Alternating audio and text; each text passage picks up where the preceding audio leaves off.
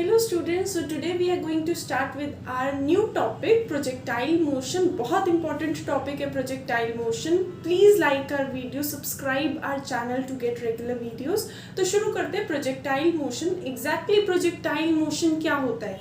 जब हम एक ऑब्जेक्ट को हवा में फेंक देते हैं, जब वो फ्लाइट कवर कर रहा होता है, तो वो जौन सा पाथ कवर करता है उसको हम प्रोजेक्टाइल मोशन कहते हैं. ठीक है, इसमें दो कंपोनेंट्स वर्क करते हैं, हॉरिजॉन्टल कंपोनेंट और वर्टिकल कंपोनेंट. हम डिस्कस करेंगे कि वो कैसा पाथ, उसकी ट्रेजेक्टरी क्या होती है.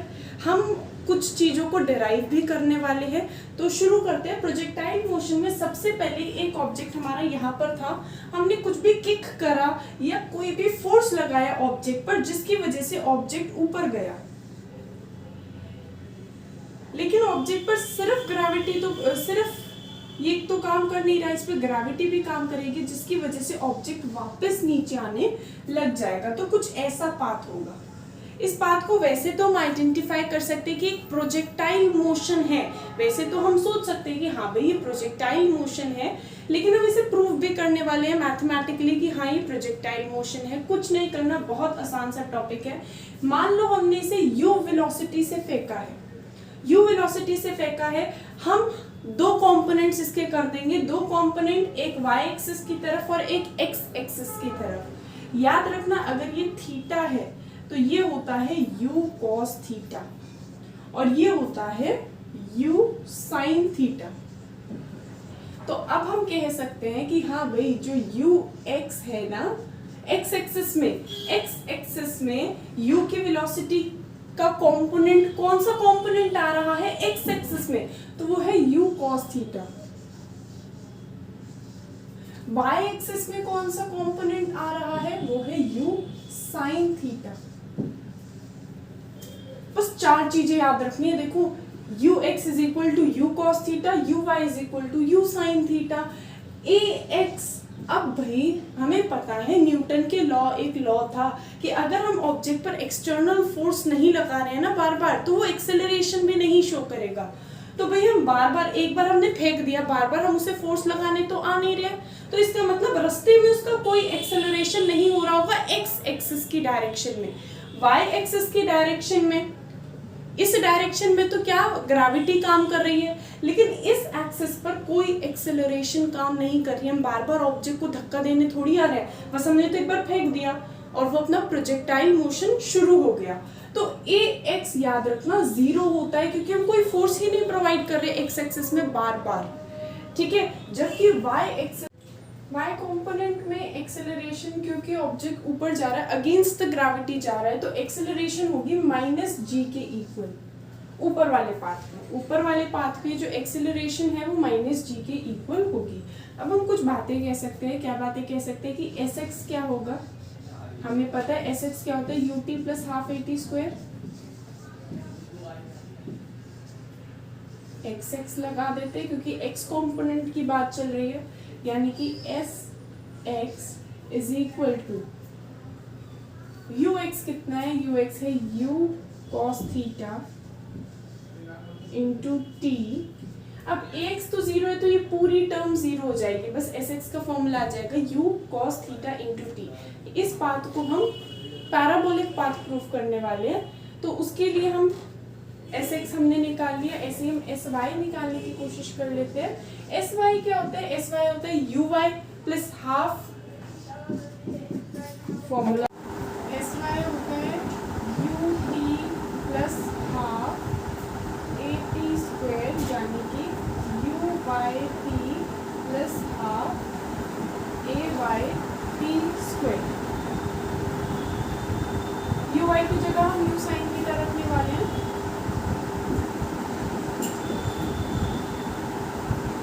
एक y की जगह हम -g रखने वाले हैं, तो ay की जगह अगर हम -g रखेंगे तो ये हो जाएगा हाफ gt स्क्वायर. ये हमारा sy आ जाएगा. t की वैल्यू हम यहाँ से पुट करेंगे, t की वैल्यू रखेंगे हम sx upon u cos theta, वो इसमें हम रख देंगे. तो sy क्या आएगा, sy आएगा u sin theta into t की जगह हम रखेंगे sx upon u cos theta minus half g t square की जगह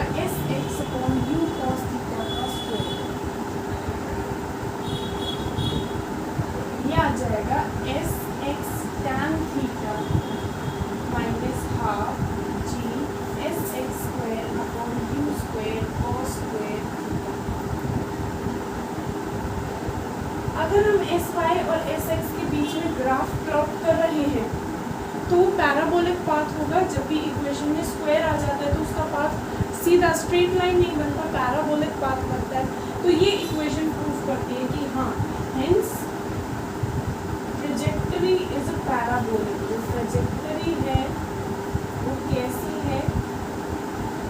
पैराबोलिक। तो एक बात तो हमारी प्रूफ हो चुकी है कि हाँ, हमारी जो ट्रेजेक्टरी थी वो कैसी थी, वो प्रोजेक्टाइल जो है। तो भाई अब हम इससे 3 चीज़ें और डिराइव करने वाले हैं। ये जो हमारा प्रोजेक्टाइल मोशन होता है, छोटा सा हम ड्रॉ कर लेते हैं ये वाला पार्ट। इसमें हम 3 चीज़ें डिराइव करने वाले हैं। टाइम पीरियड, कितना टाइम ये हवा में रहेगा।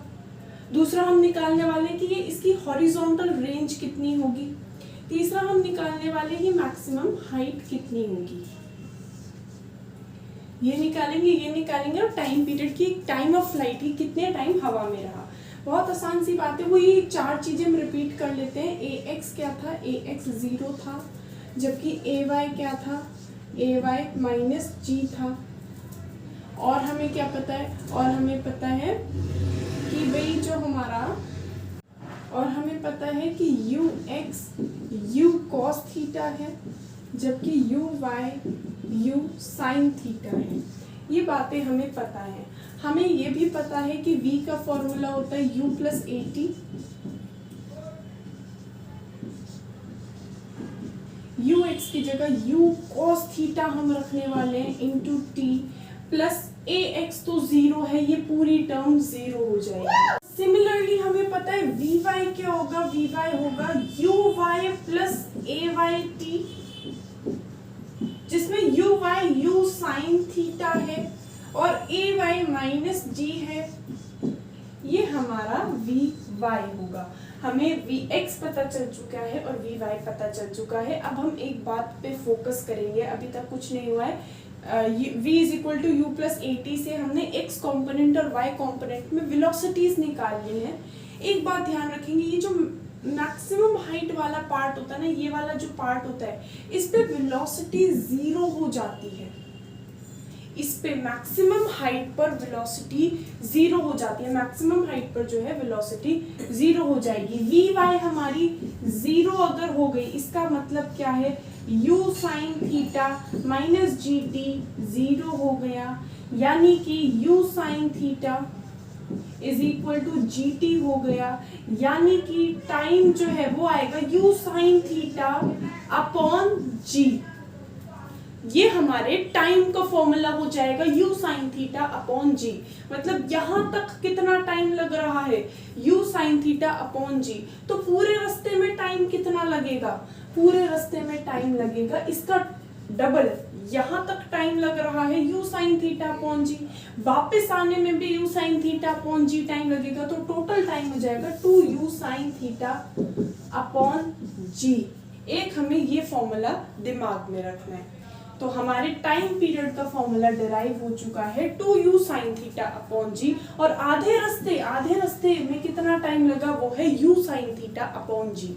इसके साथ साथ हमें मैक्सिमम हाइट भी निकालनी है कि उसकी हाइट मैक्सिमम कितनी हो रही है। तो मैक्सिमम हाइट उसने कितनी कवर करी है, उसका फॉर्मूला, हाइट का फॉर्मूला क्या होगा? हाइट के लिए हम एस वाई निकालने वाले हैं। हाइट के लिए हम एस वाई निकालेंगे। एस वाई होता है u y t plus half ए वाई टी स्क्वायर।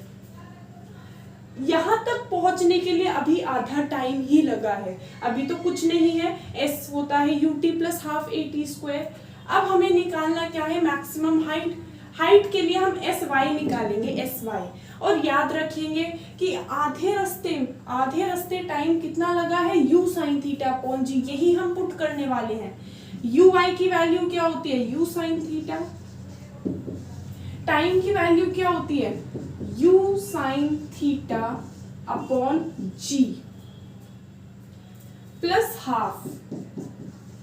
ए वाई कितना होता है? ए वाई होता है माइनस जी। ए वाई कितना होता है? ए वाई होता है माइनस जी इंटू टी स्क्वायर। टी की वैल्यू हम पुट करने वाले हैं यही वाली टी की वैल्यू जो हमने निकाली थी u sin थीटा अपॉन जी, क्योंकि मैक्सिमम हाइट के लिए अभी उसने आधा ही रास्ता कवर करा है। तो देखो क्या हो जाएगा, ये हो जाएगा u square sine square theta upon G minus half G. T की जगह हम क्या पुट करने वाले हैं, टी की जगह हम पुट करने वाले हैं ये u साइन थीटा अपॉन जी।